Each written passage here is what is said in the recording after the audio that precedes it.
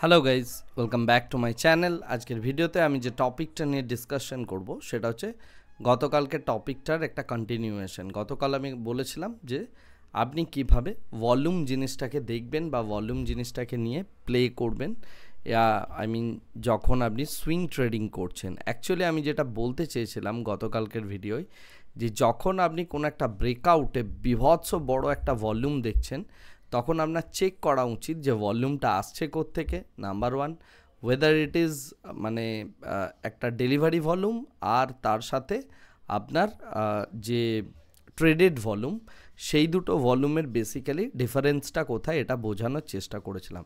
তার মানে আমি একবারও এটা বলতে চাইনি যে যেখানে আপনি ডেলিভারি ভলিউম বেশি দেখবেন সেই জায়গাতে এন্ট্রি নিয়ে নেবেন, এবং যেখানে আপনি ডেলিভারি ভলিউম কম দেখবেন এবং ট্রেডেড ভলিউম বেশি দেখবেন সেই জায়গাতে এক্সিট নিয়ে নেবেন। আমার বলার উদ্দেশ্যটা এটা ছিল যে কোনো একটা পার্টিকুলার জায়গায় যদি বড় একটা ভলিউম আসে, সেই ভলিউমটার মধ্যে যদি ট্রেডেড ভলিউমের পার্সেন্টেজ বেশি থাকে, তাহলে সেই শেয়ারটা একটা প্রেশার ফিল করে উপর থেকে।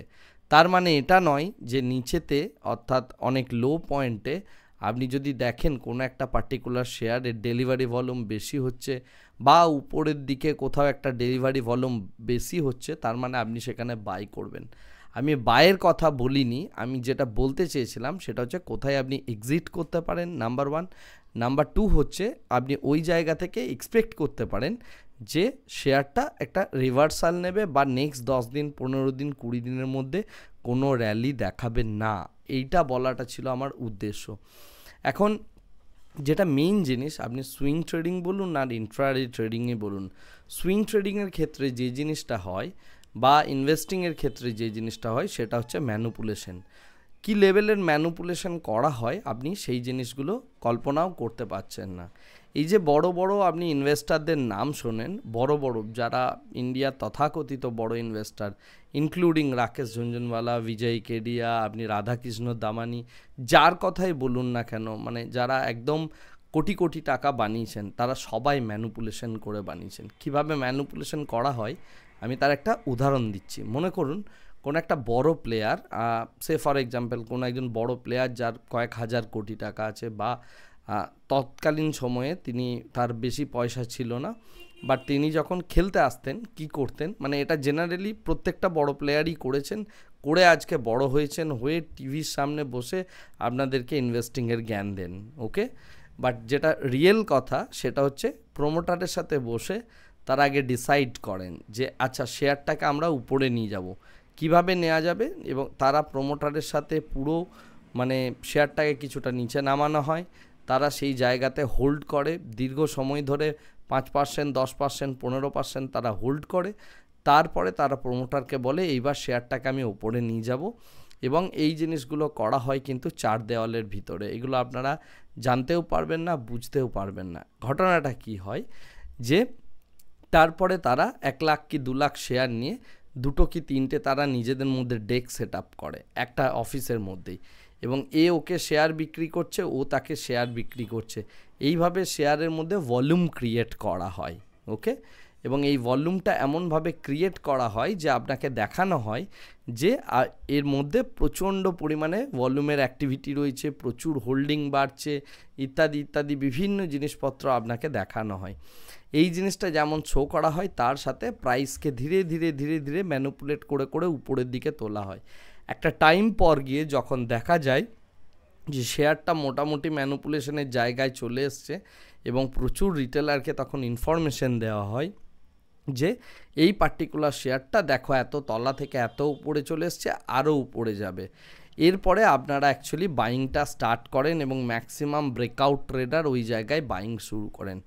আপনারা যখন বাইং শুরু করছেন, সেই যে লার্জ কোয়ান্টিটিটা নিয়েছিল সেই কোয়ান্টিটিটা সে কিন্তু সেই দিন সেল করে, রাইট?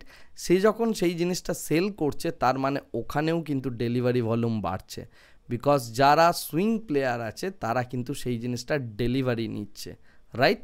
বাট সেই প্লেয়ারটা সে কিন্তু অ্যাকচুয়ালি সেই জিনিসটাকে এক্সিট করছে এবং তারপরে মার্কেট থেকে দেখবেন সেই জায়গায় প্রাইসটা ধীরে ধীরে ফল করছে।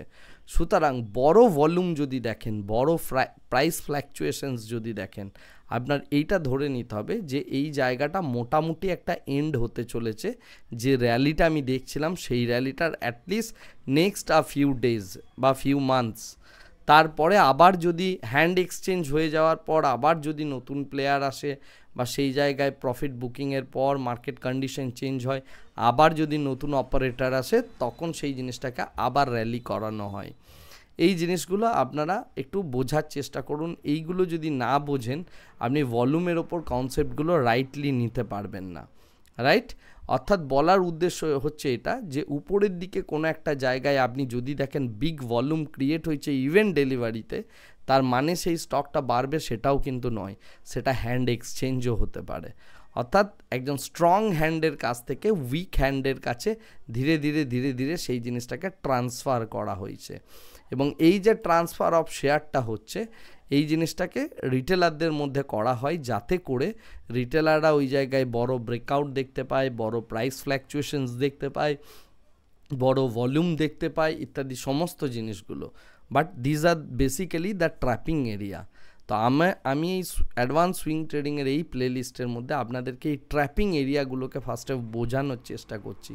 আমি একদম এটা বলছি না যে যেখানে আপনি ডেলিভারি ভলিউম দেখবেন আপনি ওই জায়গায় কিনে নেবেন। ডেলিভারি ভলিউম দেখে শুধুমাত্র কেনার জন্য নয়, আপনাকে আরও অনেকগুলো প্যারামিটার্স আছে, সেই প্যারামিটার্সগুলো দেখতে হবে। সেই প্যারামিটার্সগুলো ম্যাচ করলে তবে আপনি বুঝতে পারবেন যে এই শেয়ারটা অ্যাগ্রেসিভলি বাড়বে না এই শেয়ারটা ধীরে ধীরে বাড়বে।